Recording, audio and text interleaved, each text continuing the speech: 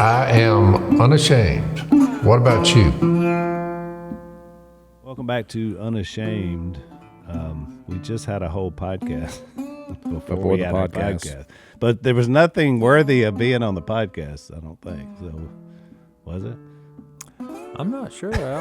Look, here's what There's happened. a lot worthy of it. Just the question is, can we put it out there? That's the Well, it started with me looking at Zach's hat. It's like it's a foreign language. And then I did Maddie too. noticed it's upside down. The printing is upside down on your hat, Zach. I don't know if you know that or not.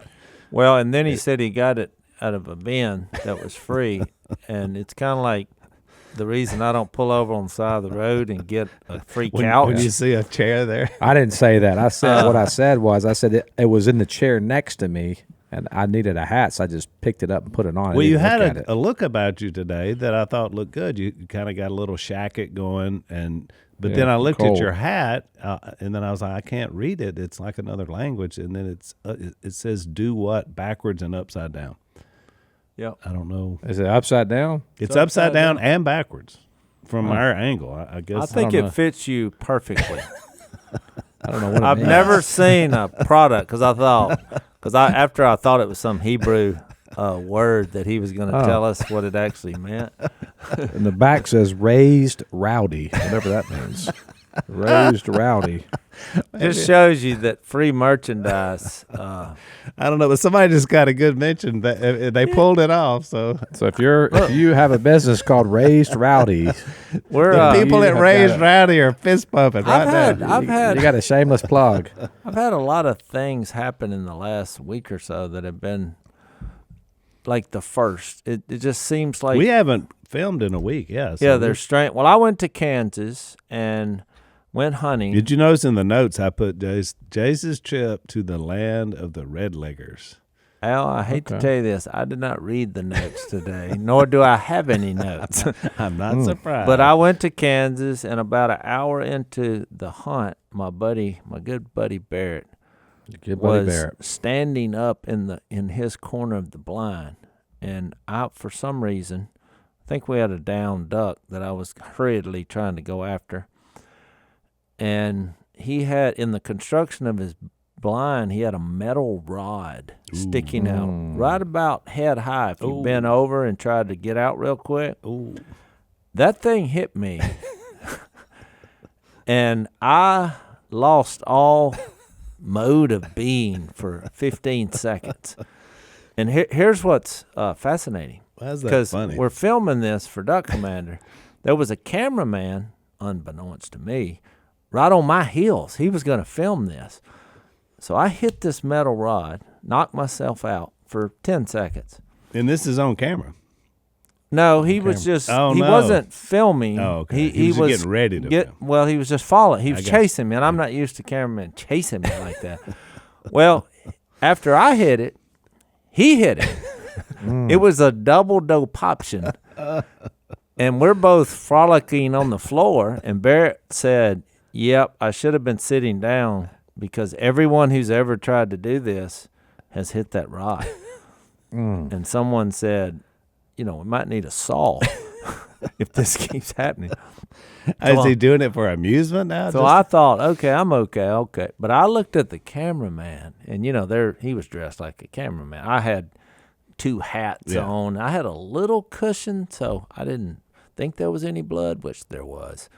But he just had like a flat-billed hat on, and blood is coming down his face. Oh, no.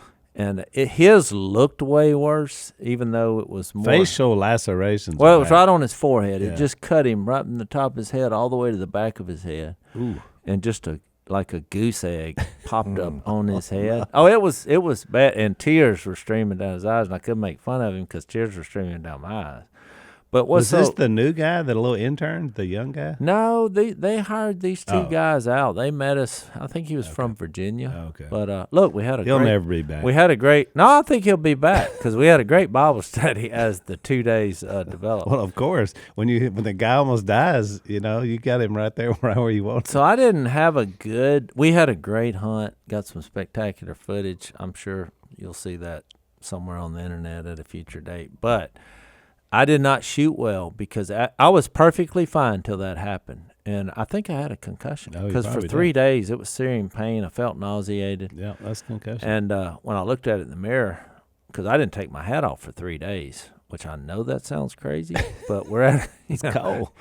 Well, yes, in Kansas, you just go. I slept on the couch because everybody that was in our party snores so bad. Yeah. It's the only place I thought I could sleep.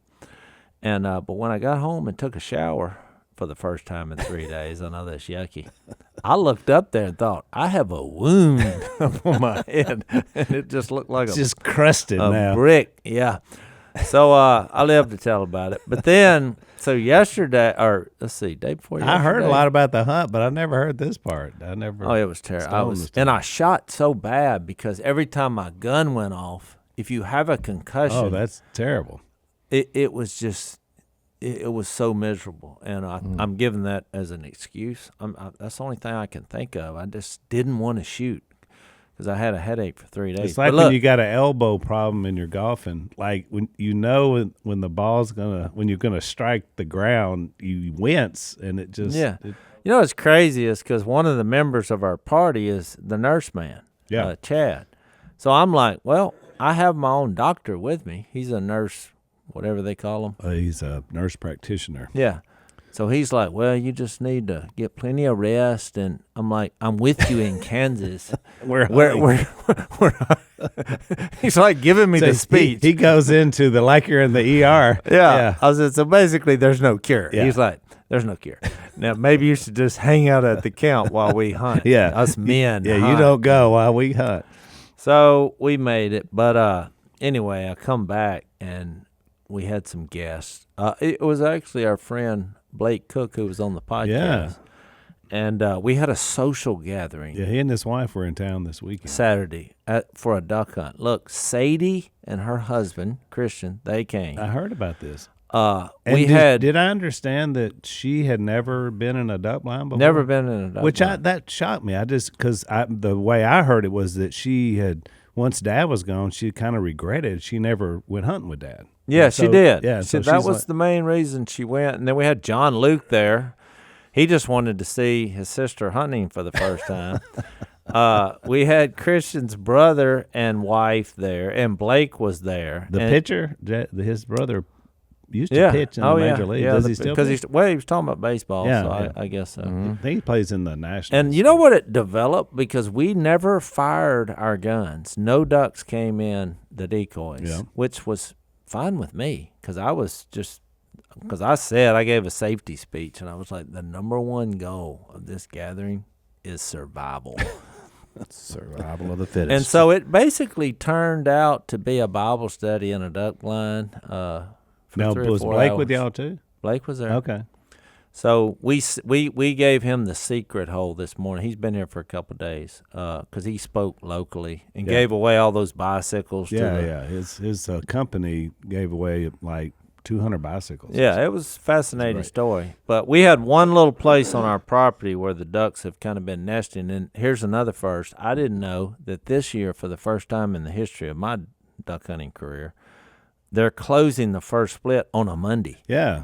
So I went hunting. Which is this why morning. we planned a podcast schedule never knowing all that, because that's Exactly. never happened before. So we're starting late, and I did not fire my weapon today. We had a chance at 3. I told you that was one story I told you before we started. But we never had a chance, but we put Jay and Blake and their little entourage in the one place that hadn't been hunted. They had to shoot him up. They had to shoot them up. And the one chance we had, I was hunting with the not as skilled hunters in my blind, and we had 3 come in on their side, and I just looked down and thought, they're not going to be able to shoot those ducks. So I tried to give them one more pass. Now, you don't think it was still your secret concussion fear now, because you may be like a lab that gets scared of guns now. So I actually feel better. But I was going to tell you another first. Yesterday I went, well, I'll tell you 2 first. Yesterday I went and had to pick up the decoys at another place, and I had one bunch of big mallards, 10 mallards, circle me 30 times. I was by myself. I only hunted about 45 minutes before sunset, and they didn't come in, but it was sad. But as soon as shooting hours was over, I walked out to pick up the decoys, and I heard just wings flapping. I looked up, and a snow goose comes in the decoys while I'm standing there and lit 15 yards from me. And I thought, is the Lord fixed to come back? I've hunted there for 30 years, and I've never seen a snow goose show any interest in anything down there. Yeah. And it lit in the decoys, which it wasn't legal shooting hours. And so I just kind of waved, and he got up and headed south. So I don't know. So the saying, lost as a goose, fit that duck. Goose. That goose was lost. He was lost. And he saw me down there messing around with duck decoys, and he lit. So that was kind of weird. But yesterday I was going to tell you this story. So when we had the social gathering in the duck blind, which was fine because we don't have a lot of ducks. And I thought, yeah, come on. I thought we would get a shot at something, but we didn't. Well, on the way home, every year in our community south of West Monroe. Oh, yeah. They do a parade. Yeah. I don't know. Is it a Christmas parade? It's the Balkanville Christmas Redneck Parade. Yeah, it is a Redneck Christmas parade. Do they call it a redneck? They call it a Redneck Christmas. It's called a redneck. I've been in that parade. I've actually. Si and Mom have been the grand marshals. Well, that tells you all you need to know. Well, every year I've been lucky because I see the long traffic. And I'm like, oh, no, it's that parade. And so I usually turn around. And thousands come to it. So, look. It's a big deal. Yesterday, I'm the fifth car at the red light when the cop car comes up and stops. Oh, and I thought, blocks what are we doing here? And I realized they're fixing to do this parade, and I'm the fifth car. I'm going to be here for hours. You had the best seat in the house. I stayed there about 30 minutes, and I watched the first few floats, and I thought, I can't do this. I've got to take an alternate route. And so I turn around, and here's the picture that I want to convey to make our spiritual transition here. Here's what I realized. So the rednecks are celebrating. And I can call them that because I am one deep at heart. And our family have been the grand marshals. Yeah. And so they're so happy. And there are thousands of people, not hundreds, thousands watching this. Yeah. And it's a parade. And they have shut down the entire city. There's no way in or out. But I tried to take an alternate route, which I had taken in years past. But they had expanded the route. And so by the time I go 2 roads over 20 minutes in, I'm back stuck at a red light. It's like, no. And I can barely see the parade. But here's what I noticed. All the people standing, enjoying the parade, they're happy, happy, happy. Yeah. All the people who have somewhere to be, they're not happy. They're angry. Well, let me mention before we get to our study today about our good friends at Family Research Council. Jase mentioned the division he saw here in our neighborhood over people that were like for something and against something. And I think that's a kind of a standing picture of what it looks like in our country now. You know, it's like, I talked about that in my sermon as well. But, you know, we need people like standing up for us, and that's what Family Research Council does. They're on Capitol Hill.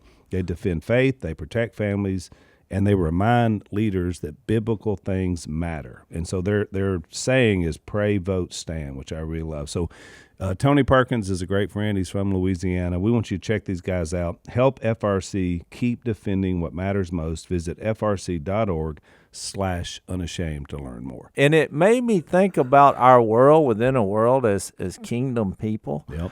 Here we're celebrating that we're going to live forever. We have forgiveness.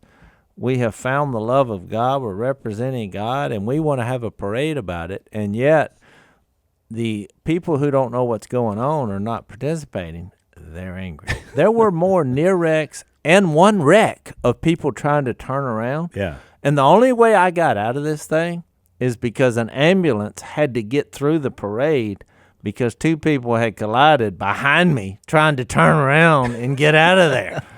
And so everybody had to move around a little bit to let the ambulance go. And you saw your crease. And I got in behind that ambulance, and I said, let's ride. Wherever we're going.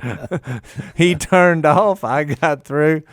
30 minutes later, I was at my house, which wasn't terrible, but it was 3 hours It was a 3-hour delay to get around. 3-hour tour. So there's my spiritual application. So by 2050, more than a third of the world's population will live in Africa, while less than 4% will live here in North America. Entire nations will be shaped by the children who are growing up today. And our friends at Tamar Clubs are stepping up to ensure the next generation in Zimbabwe is discipled by the church and not the world. So today, we're helping them focus on one of their greatest opportunities. It's in the Binga district of Zimbabwe, one of the most isolated and disadvantaged regions of the area. Before Tamar Clubs arrived, Binga had virtually no kids ministry whatsoever, and now local churches are discipling thousands of children each week. But that's not enough because 40 more villages are asking for Tamar Clubs support, and we want to help them reach 5,000 kids in these villages before the end of the year. So you can be a part of shaping the church of Tamar in this forgotten corner of the world. One of the reasons why we're partnered with Tamar Clubs is because we share a like-minded vision of long-term discipleship relationships and partnering with local churches raising up the next generation of faith. So here's the deal. $100 trains a Tamar Club leader. $250 covers one-time cost to equip a local church. And if God places it on your heart, you can sponsor an entire community for just $2,000, which will launch and sustain the ministry in a new community for an entire year. But any amount will help, and every gift is matched for a limited time, so you can double your impact. Join the Binga Blitz at tamaraclubs.org/unashamed. That's tamaraclubs.org/unashamed.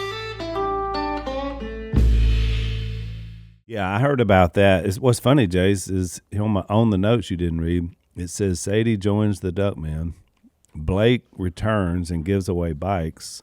And the only thing I didn't have was the redneck Christmas parade. The redneck Christmas So I covered it all. covered everything I was in a my part notes. of that. Well, I spoke at the Hub, which is a little community gathering in downtown Monroe. Yeah, that Will and Corey they kind of Sadie do. Yeah, oversee it last week, and he spoke last night. Yeah.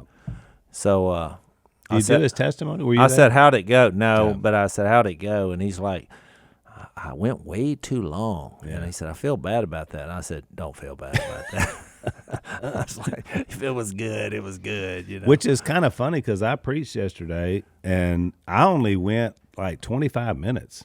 Al, I thought it was spectacular. But I will say this. It sounded like an overview of about 2 podcasts we did. That's exactly, That's exactly what it was, Joe. I had already started working on some of my stuff, but then you had done a similar lesson a week that's what ago. it sounded like. And so I'm listening to, and I'm making notes. I'm a note taker. I thought it was fantastic. So we were doing a little series about Christmas gifts this December. But it was king related, so that's what I did, and Jase did a similar lesson, and I took some of his stuff with some of my stuff. Yeah. But it was really good. I mean, I thought it went great, but I just didn't realize. I look up, and it was 25 minutes. And I was done. Yeah, it was just fantastic. Yeah, and I got there Zach, sometimes a short sermon is good. I got there 1 minute before you started, and I left a few minutes after. But no, it was I thought it was. When you talk about who we follow and serve, which is kind of going back to my parade thought, it is so exciting. Yeah, and the people responded to you. They did, and we had an altar. Everybody was in the same room yesterday, so it was exciting. It was a lot of good back and forth, as they say. Yeah, that's a good listen. We'll put the way to listen to that. I thought it was excellent. Yeah, it's called Gifts Fit for a King. And it was kind of a setup for what we'll be doing the rest of the summer. But I got into the 3 wise men and all that stuff. We'll do that on Christmas Eve. It's just interesting stuff. And I got into these cultural kings, and I was able to tell the story, not the full story, but I told the story I've told on here many times about Dad saying he traded in the King of Beers for the King of Kings. That's one of the greatest stories ever. It is. It's such a good line. Yeah, I was talking about the Zach, my lead-in on the sermon was the No Kings, which we had talked about a little bit on the podcast a couple of podcasts ago. I think we talked about it a lot. Yeah, and so we had, and Zach kind of gave the narrative about, that we don't want to follow anybody on earth, and we kind of came to the idea that it's no king but Jesus, and I used that line, Zach, and when I said it yesterday, it was just an eruption came out of the audience, which is really no king but Jesus. So that was my line. If that doesn't land in your church, and you got issues, right? Exactly. Which is what it's all about. So in our text, we're in John chapter 20, and we had gotten into the last time we were together, and it's been a minute. We had gotten into the empty tomb. I think we did the first 9 verses.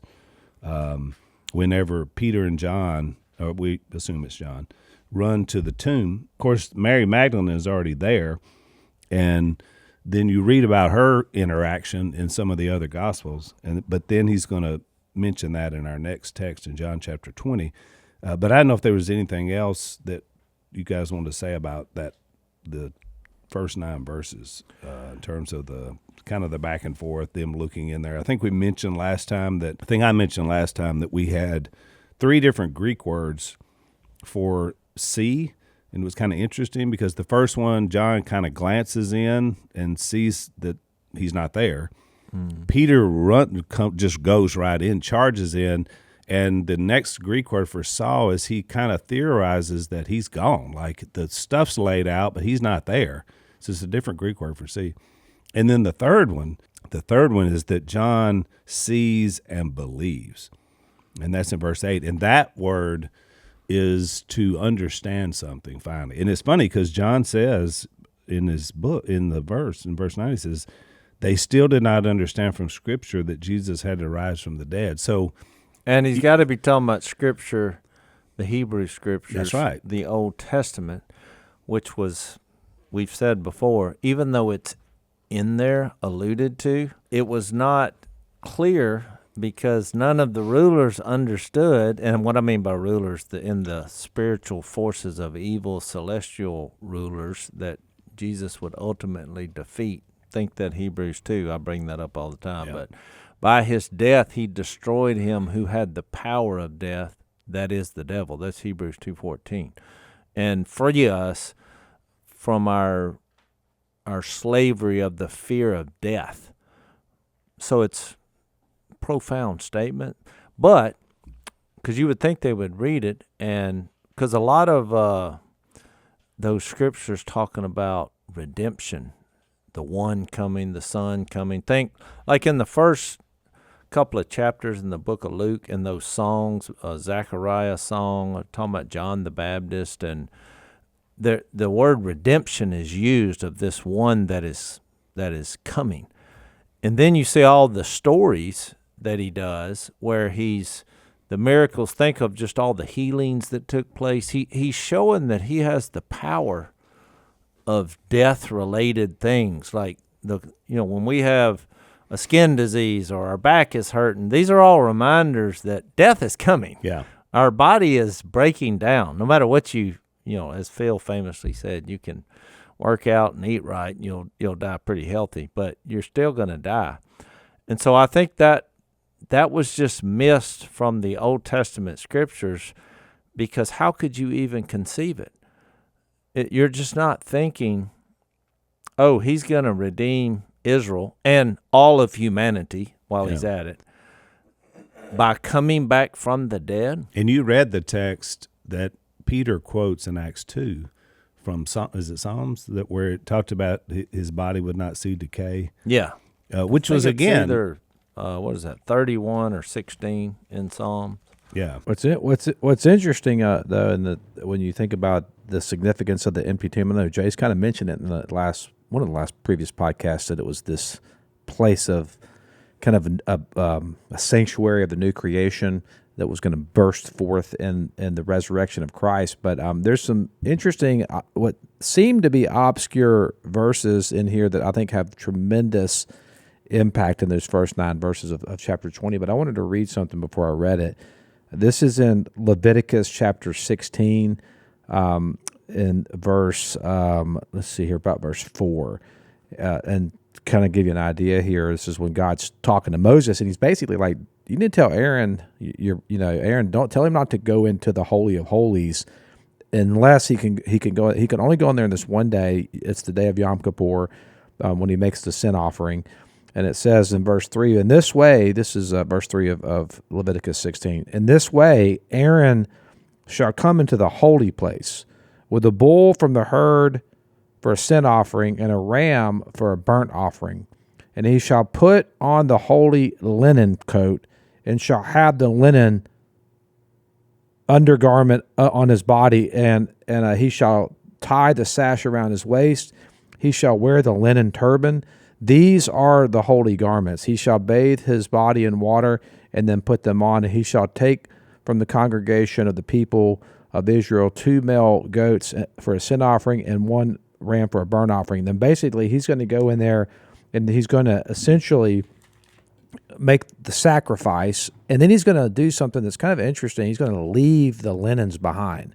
And that was part of the Leviticus. Go back and read the whole chapter of Leviticus, chapter 16. He's going to remove the linens, and he's going to leave them in the sanctuary before he puts on his priestly garments after that. So the reason why this matters, because when you get to John 20, what you're actually seeing is you're seeing another picture of the temple, because you guys remember what was on top of the Ark of the Covenant in the Holy of Holies that was guarding it? It was the 2 angels. The cherub, and then it was the seat. They made a seat, right? I know how hard it can be to get your handle on your budget, and sometimes our attempts at budgeting on our own, they don't usually pan out well. Well, Rocket Money is a personal finance app that helps find and cancel your unwanted subscriptions. It helps monitor your spending, and it helps lower your bills so that you can grow your savings. Now, look, I've been using Rocket Money for a while. I went back and looked at all of my subscriptions, and yet, once again, I had multiple subscriptions that I didn't know about, and Rocket Money helped me cancel those subscriptions. It would have been very tricky or time-consuming to cancel myself. Rocket Money also alerts me to when there's some kind of increase in my subscription price, and they'll help negotiate lower bills for you. I have saved a ton of money. I mean, just this month with the canceled subscriptions alone, I've saved over $200. I'm telling you guys, if you go download this app, I can almost guarantee you that you are going to find unwanted subscriptions that you didn't even know you had. Rocket Money's dashboard gives me a clear view of all my expenses across all my accounts. I can create a personalized budget to help keep my spending on track. Rocket Money has saved users over $2.5 billion, including over $880 million in canceled subscriptions alone. I'm in that number right there. Their 10 million members have saved up to $740 a year when they use all the app's premium features. So cancel your unwanted subscriptions and reach your financial goals faster with Rocket Money. Go to rocketmoney.com/unashamed today. That's rocketmoney.com/unashamed today. rocketmoney.com/unashamed today. Yeah. And so here in the empty tomb, you have the angels that are on each side of the slab where Jesus' body laid. And then what do you see lying, according to John chapter 20, verse 6 and 7, you see the linens that Christ left behind.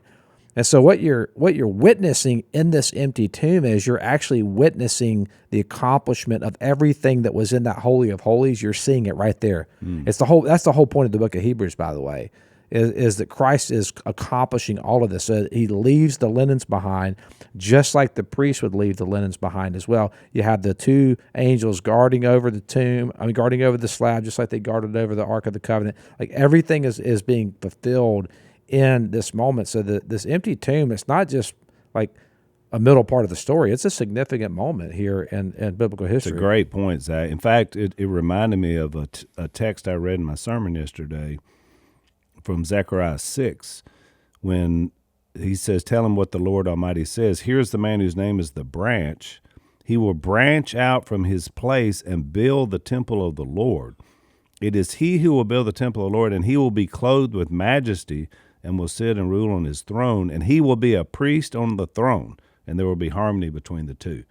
And it's another Old Testament picture, which is quite a bit later, of course, with the minor prophets with Zechariah, but he's painting the same picture you just described way back in Leviticus, this idea that in Jesus you had both a king and a high priest, even in that moment, which is very powerful, which I said that was the coronation of Jesus as king, was his resurrection, and then the reign is the ascension. So, I mean, it's just right there. You see the whole thing. Well, to just back up on the verses that we were referring to in Psalms 16, 8 and 9 and 10, where I'll read verse 9 and 10. It says, therefore my heart is glad and my tongue rejoices. My body also will rest secure, because you will not abandon me to the grave, nor will you let your Holy One see decay.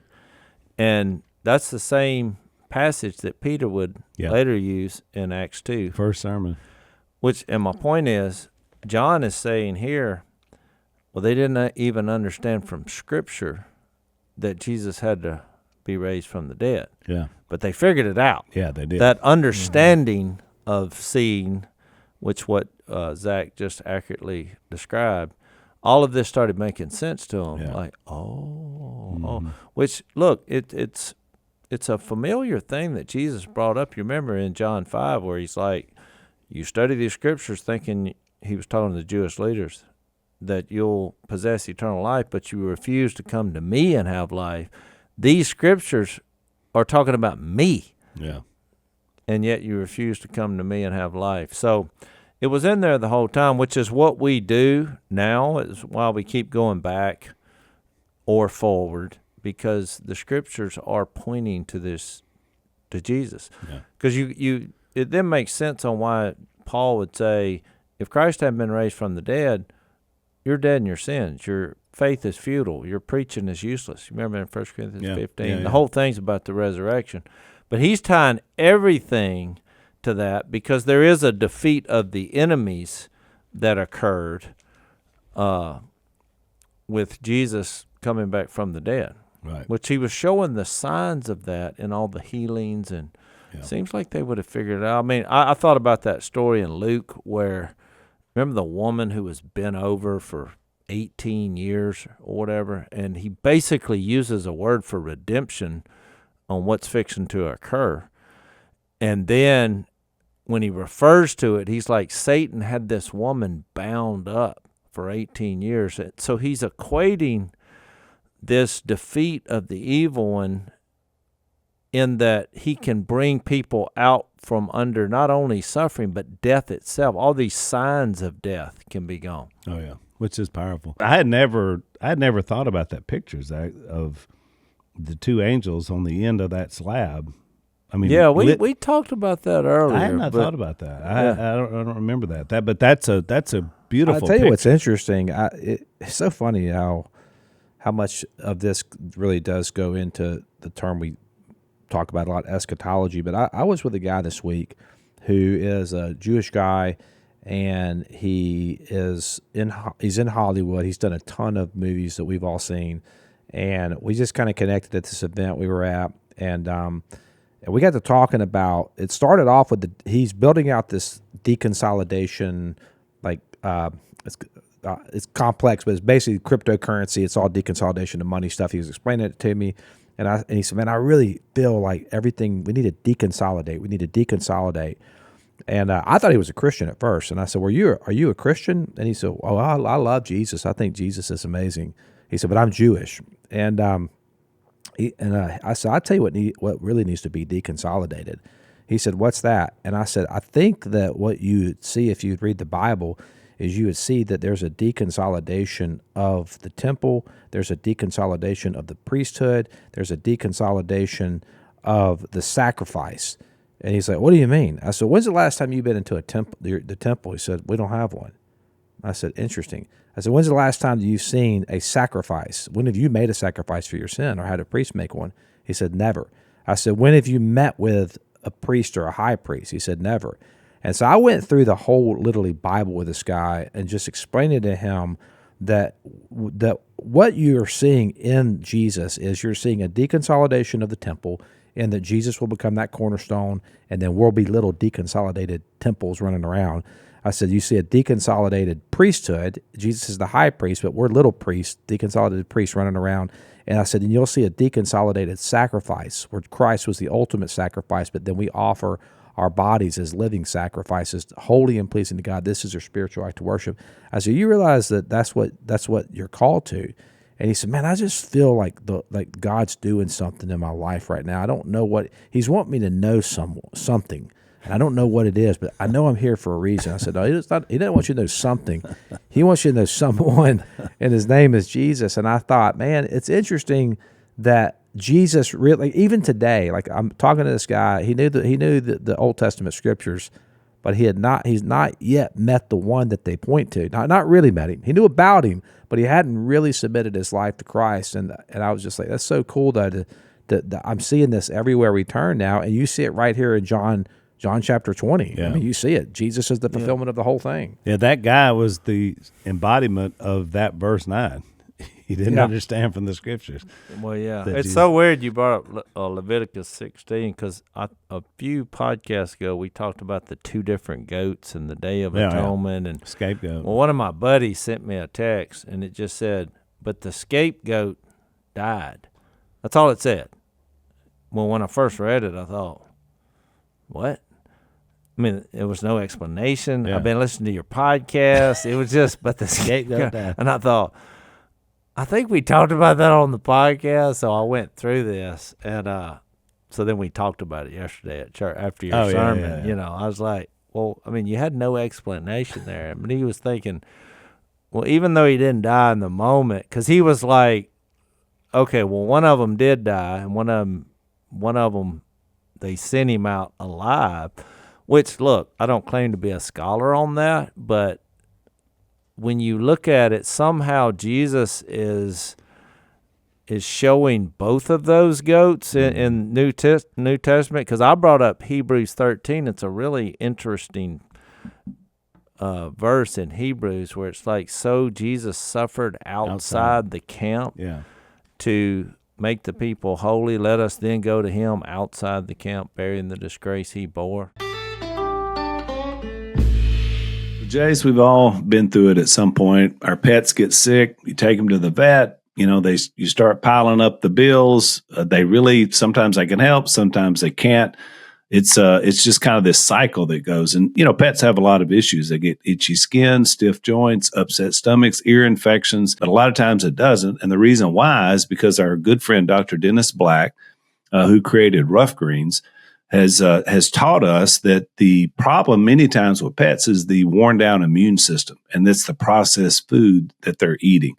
And so he's come up with a great supplement for our pets. Jase, you have some there in front of you, the Rough Chews there, I see. And we feed them to our animals, and your animals, they're excited, right, when they get the Rough Greens? Well, they're excited, and I'm excited because when they're sick, they don't go outside for whatever reason, and then that is the worst thing that can happen inside your house. So that's a problem. When I bring a bag of this out, they're excited, and I'm excited because they're more healthy. So we're asking you to join us and thousands of pet owners who are breaking that vet visit cycle and seeing the difference for themselves. Right now, you can try it for yourself with a free Jumpstart trial bag. Just cover the shipping, because the best doctor visit is the one you never make. Go to roughgreens.com, use the promo code unashamed to break the cycle today. That's RUFF greens.com, promo code unashamed. So it's like you had one lamb as a symbolic purification sacrifice for the sins of the people, and then you have this other one. And it gets confusing because the word for that is sometimes translated Azazel, which then we talked about that. And it just seems to be recognizing that it's like some people call that goat like the goat of expulsion, like you're getting that out into the wilderness. The main thing is it has to be away from us. The idea was and it really is. It came from God, so obviously it's good. The idea is, and Zach talks about this all the time, you can't have the presence of God in the presence of sin and flaw. And so therein lies the problem. And so they were symbolically dealing with it. But then Jesus took the symbols away because he actually dealt with it. Well, that's what he was asked. He was like, well, how do you simplify that? And I was like, that's a really good question. Yeah. Because you read that Leviticus 16 and you see these symbols, but I made the point, I know Jesus fulfilled it. He fulfilled this, and it comes back to the presence of God. God wants to live with people. That's how this all started. Yeah.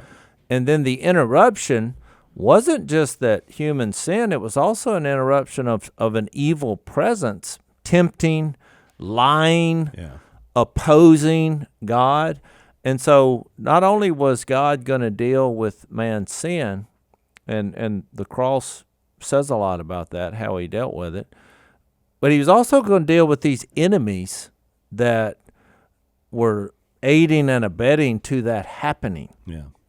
And it gives you a picture, and Jesus fulfilled all that. But it was very hard for these disciples in the moment to wrap their head around all this is the point. And I think that's why he said that. They just didn't understand from Scripture.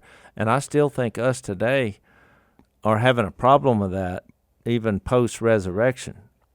Oh, there are no doubts that's true. And the other thing is that God has chosen to do this over the expansion of from our concept time and the humanity going from a handful of people to now 8 billion people. Yeah. I mean, why did he choose to do it the way he's done it? And through Jewish history and all, it's the way he decided he was going to do it. I mean, I understand you'd like to say, man, I wish this were less complicated, but human beings are complicated. But don't you find it that's our problem? Yeah. Is we, and why we don't recognize it? Because deep down, we want to do it the way we think it makes That's sense. right, exactly. And there's a God, and we're not him. That's right. And I think he pulled it off because this happened before technology and everything else. And it's probably the most known story in the history of the world. Right. As it should be. As it should be. Because nobody's ever done this before. Let me read this next part of the text, and we'll get into it just a little bit on this podcast and the next. So John leaves it off there. They didn't really understand it. But they will, as Jay said. In fact, it's probably going to come later in the reading when he breathes the Holy Spirit into them that they start figuring things out. Verse 10 says this: disciples go back to their homes, which at this point I would call them hideouts because things are upside down. They don't know what's going on. Jesus is not there, and they really still don't understand what's going on. Did somebody steal his body? Is he still alive? But Mary stood outside the tomb crying. So this is Mary Magdalene, but there's also some other women that are in one of the other Gospels, or at least one more. As she wept, she bent over to look into the tomb, and here's where she sees 2 angels in white seated where Jesus' body had been, one at the head and the other at the foot. That's that picture Zach described, which really is the cover for the Ark of the Covenant, which is amazing. They asked her, "Woman, why are you crying?" And then she says, "They've taken my Lord away." So she thought somebody stole his body, and I don't know where they put him. At this, she turned around and saw Jesus standing there, but she did not realize that it was Jesus. And there's been a lot made of that. What does that mean? And he says, "Woman, why are you crying? Who is it you are looking for?" Thinking he was the gardener, and he kind of was, Jase. Yeah. That's a good mistake. Yeah. She said, "Sir, if you have carried him away, tell me where you've put him, and I will get him."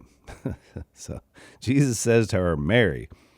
She turns toward him, and she cries out in Aramaic, "Rabboni," which means teacher.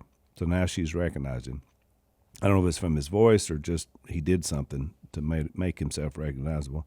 Yeah, I think it's kind of lost in translation. Yeah. But however he said her name in that way, she got it. She's like, "Oh, this is Jesus. This is him." Jesus says, "Do not hold on to me." And there's been a lot made of that.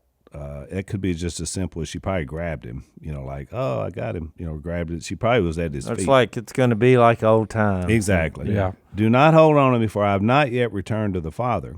Go instead to my brothers and tell them, I am returning to my Father and your Father, to my God and your God." And I never realized. Which is a profound statement. Very profound, because he's never said that to them before. This is something new and very powerful, which we'll discuss. Mary Magdalene then went to the disciples with the news, "I have seen the Lord." So the first person to witness the resurrected Lord was a woman who had 7 demons cast out of her. So much for, this God is demeaning about women. I mean, the first person who got to declare he's risen.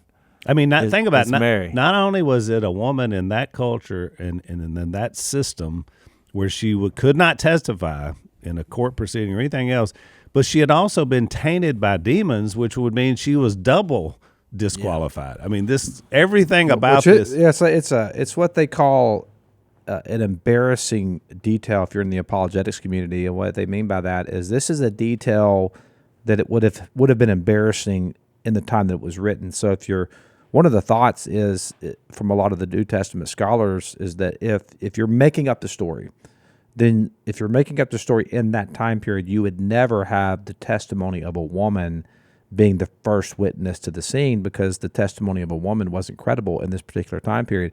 And so the very fact that this is a detail that's in the text, it says that it actually gives evidence that this is real. Like they weren't making the story up. There wasn't any they would not have put this in there if this was a made up story, because it wouldn't have been believable in its time period. But it's believable now. So now we look back on that kind of with divine wisdom from God, and we're like, well, yeah, there's nothing. Why would a woman's testimony not be credible, right? And so it's one of the evidences that historians use for the validity of the claims of the New Testament, at least that they believe that the tomb was empty. I mean, that is universally agreed upon amongst New Testament scholarship. Even those who don't necessarily believe that Christ rose from the dead, they do all agree that the tomb was empty. And then there's different explanations of why it may be empty, but there's no really big debate over that. So one of the things about getting older, Jase, is you appreciate your sleep. I think now more than ever. And of course, you got hunting season going on. You got a lot of stuff going on. But Helix mattresses help us with our sleep. And you guys even just got a new one for your redo of your Nashville place, right? We did. I mean, our place got hit by a tornado, and one of the first things we did was move in a new Helix mattress into the new house. Zach's sick, but I'm sure he's getting some rest on his Helix sleep mattress as well. I think he was the Midnight Lux. You take a sleep quiz, and that's how you match your mattress to the way you like to sleep. Zach was the Midnight. I was the Moonlight because, I'm a little bit more of I like a little softer mattress. We've had ours for, I think, about 4 years now. Best sleep we've ever had. You get to try it risk-free for 120 days. You could send it back, but you won't want to. So we're all part of the Helix family, much less hip and shoulder pain than we had in previous mattresses. So I think you're going to love it. Go to helixsleep.com/unashamed for 20% off site-wide. That's helixsleep.com/unashamed for 20% off site-wide. Make sure you enter our show name into the post-purchase survey so they know that we sent you. helixsleep.com/unashamed. And it's also interesting that this is the truth of the matter, as you described it, Zach, that helps it understand that it's even more truthful from that standpoint, because why would you write that? But then if you go back and read the Matthew account, which I did a couple of podcasts ago, the Jewish leadership created a lie that his disciples stole the body. Yeah. Mm-hmm. So, which, of course, to this day, people have said that is true, or that he swooned. He didn't really die on the cross. He woke up in there and somehow got out of a sealed tomb with a Roman seal on it with 2 guards there. I mean, how did that happen? But what my point is the people in charge still were lying about it right up until it happened, and then after it happened. Yeah. So, but the lies seem more credible than the truth, which this woman says, I saw him, and there were 2 angels that said, what are you doing? Why are you crying? And then I saw him, which is amazing. Yeah.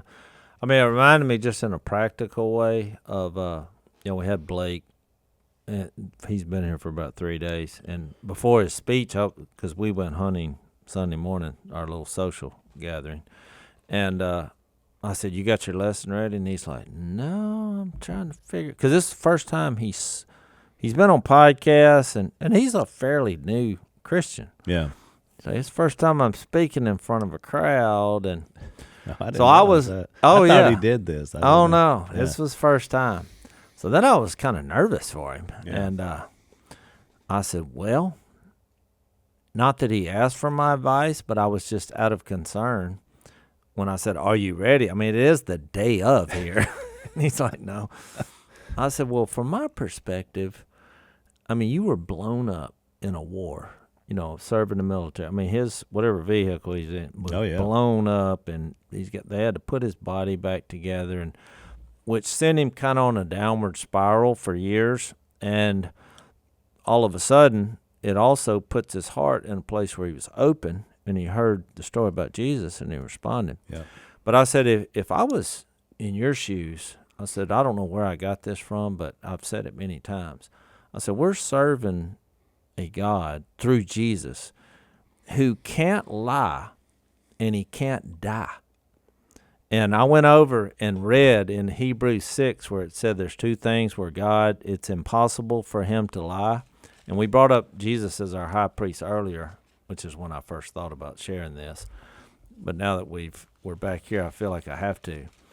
I said, but one of my favorite verses in the Bible, and here we are at the resurrection, the Hebrew writer says that our high priest in verse 16 has become our priest not on the basis of a regulation as to his ancestry. This is Hebrews 7:16. But on the basis of the power of an indestructible life. Yeah. And he said, is that in the Bible? I said, because I wasn't reading my Bible. I was quoting it. I was like, yeah. He said, I think I'm going to use it. You care if I use that? I said, it's in the Bible. I was just You said it ain't mine to give away. That's right. Yeah. I said, but I just was thinking about your story. Yeah. You were blown up, but now you've put your faith and trust in someone who cannot be blown up. Yeah. Now, they crucified him, beat him, all that, but you couldn't have blown him up either. If you can come back from a Roman crucifixion, Yeah, you can come back from anything. you're coming back from anything. Mm-hmm. And I said, I think it'd be a good icebreaker that you were blown up in a Humvee over in Afghanistan. Right. But you're following one who can't be blown up. Yeah. And then you listen to a bunch of lies on why you were blown up. Yeah. But guess what? The guy who can't be blown up, he's going to tell me the truth. Yeah. And whatever he says is right. And I was just making that analogy from where we're at in the resurrection. But the bottom line is, that is the fact that changed all their life.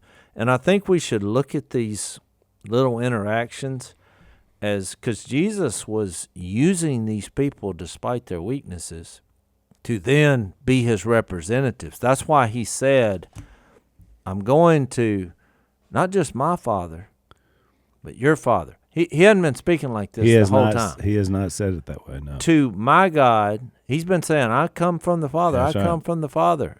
Our Father. He did say that in his prayer, our Father in heaven. I think that's the only other time that's said. But then he says, my God and your God. And so then she gets to go, and you can read the other accounts. She's the first person that gets to declare the good news. I have seen the Lord. Yeah.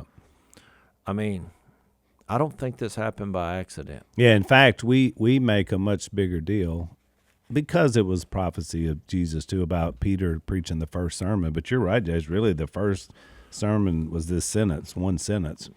To them, I've seen the Lord. I have seen the Lord. I mean, that's, you talk about, because we talk about the questions that get asked. And there's another question, Jase. Why are you crying? It's another good Jesus question. And who is it you're looking for? That was a little double. Yeah, well, in Mark's account, in verse 9 of 16, Jesus rose early on the first day of the week. He appeared first to Mary Magdalene, out of whom he had driven 7 demons. Yeah. She went and told those who had been with him and who were mourning and weeping.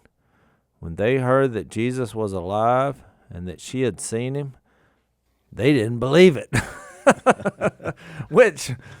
And I think it comes down to, they were probably saying, oh, well, you had 7 demons. Exactly. I mean, are you sure? But it doesn't neglect the account. Just like when we tell people today, he's alive. Yeah. And some people don't believe it. Right. They're like, oh, you're believing in a guy. And when she told it, she probably said, at first I thought he was a gardener, and then I saw he, and they're like, oh, come on, Mary, he's. So I think when you read all these interactions, even when he appears next to his disciples, he's then saying, as the Father sent me, I'm sending you. Then he comes to Thomas. Well, he's doubting. So you start putting all this together. Mary's crying. Thomas is doubting. The disciples, they're not even believing. Right. Peter, he's been denying. Yeah. But in each case, he turns it around. What does he tell Peter? Go feed my sheep. Yeah. He tells Mary, go tell everybody. Yeah. His disciples, he's like, be me in this world. Yeah. And breathed on them the Holy Spirit. So it's more of this passing on who we are now in Jesus. All right, so we're out of time. We'll pick it up next time on Unashamed.